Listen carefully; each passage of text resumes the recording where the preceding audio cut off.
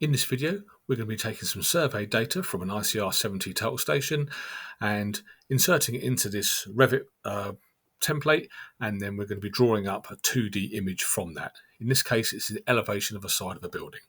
So to do this, I go into Insert tab at the top and then Import CAD, and I'm going to be looking for DXF files, so make sure that DXF files is there because that's the format of the file that I'm looking for. Yours might be slightly different. When I come down to, this is the one I want, this elevation DXF, I also need to make sure that my import units is not auto detect, which is the default, but is actually meter. That's on my setup. Yours might be okay on auto detect, but I need to change mine to meter. The reason for that is my total station measures in meters and the auto detect doesn't seem to work on this one. So once I've done that, just click open and then it's brought it in.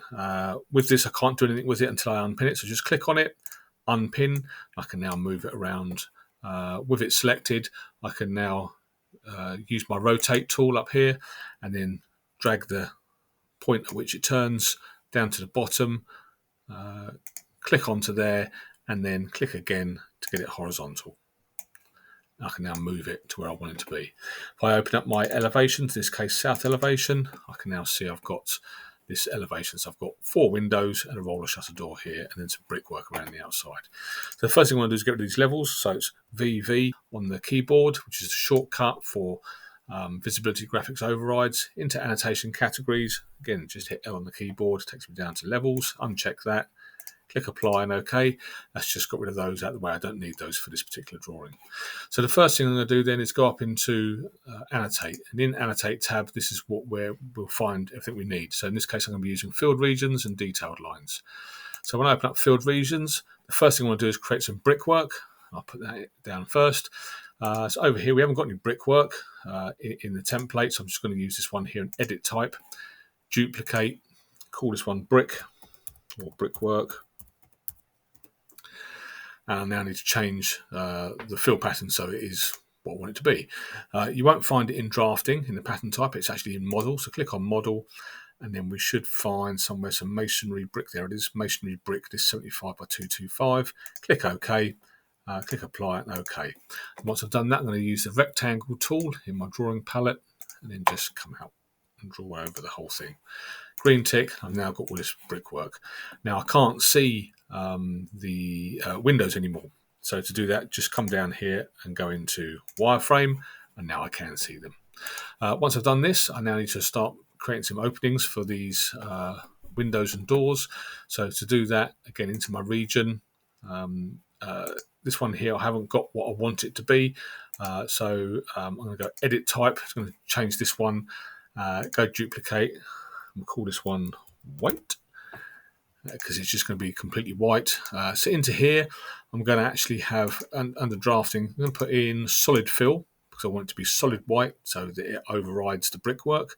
Click OK, and I want the colour of it to be white. So I'm just going to be choosing white on there, OK, and white on there, OK. Click apply, click OK, and I can now use rectangle tool again, just to come out and make sure that I'm actually lining up with the survey data lines and not the brickwork lines. It's quite easy to get that bit wrong. Click OK, and we can now see we've got this hole punched in there. I can do the same again, so just back into region, back into this up here. I won't do all the windows. I'll tell you what I'll do. I'll do the roller shutter door area. Take that down. So I've now got these two, but it would be the same for the other bits as well, but just to speed up this process so you can see it. Now for the window itself, we could leave it like this, or we could start adding a bit more detail. So I can now go into detailed lines. I've got these different line styles in here, so whatever I want. I'm just going to stick with, might try medium lines and see what they look like. And then with the straight line tool, I could now start coming across with some different size lines. In fact, what I might do is get rid of that line. I might go with a thin line so it looks a bit thick to me. Detail line, so medium lines, let's keep it thin lines.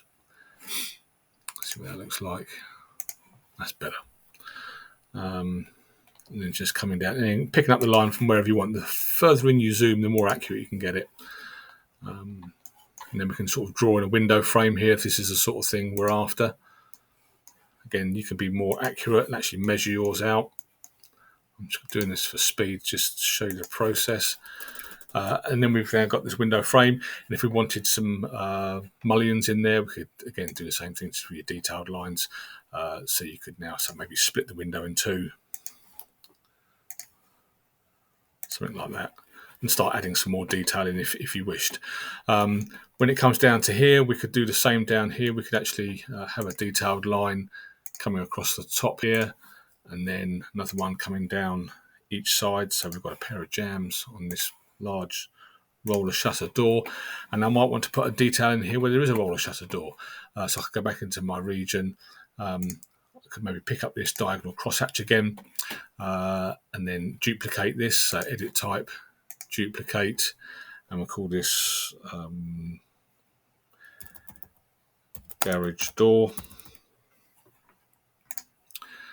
And then again, changing this from the crosshatch to we want some horizontal. This horizontal 1.5 looks pretty good.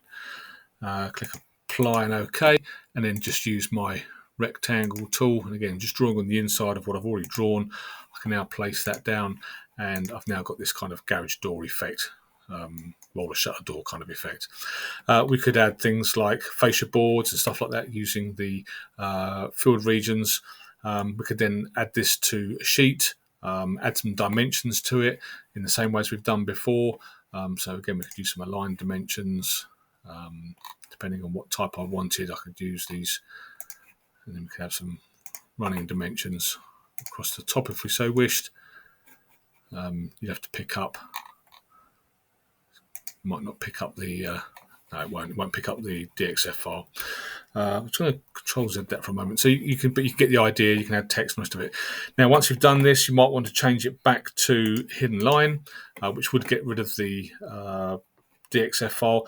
If it's still showing, because you can still see it poking behind like that, it's just VV on the Visibility Graphics Override, so VV on the keyboard. This time it's an imported category, and we can see this elevation.dxf, so we can uncheck that, click apply, click OK, and it's now disappeared. So if I go back into wireframe, we can now see it's actually disappeared. It's no longer there.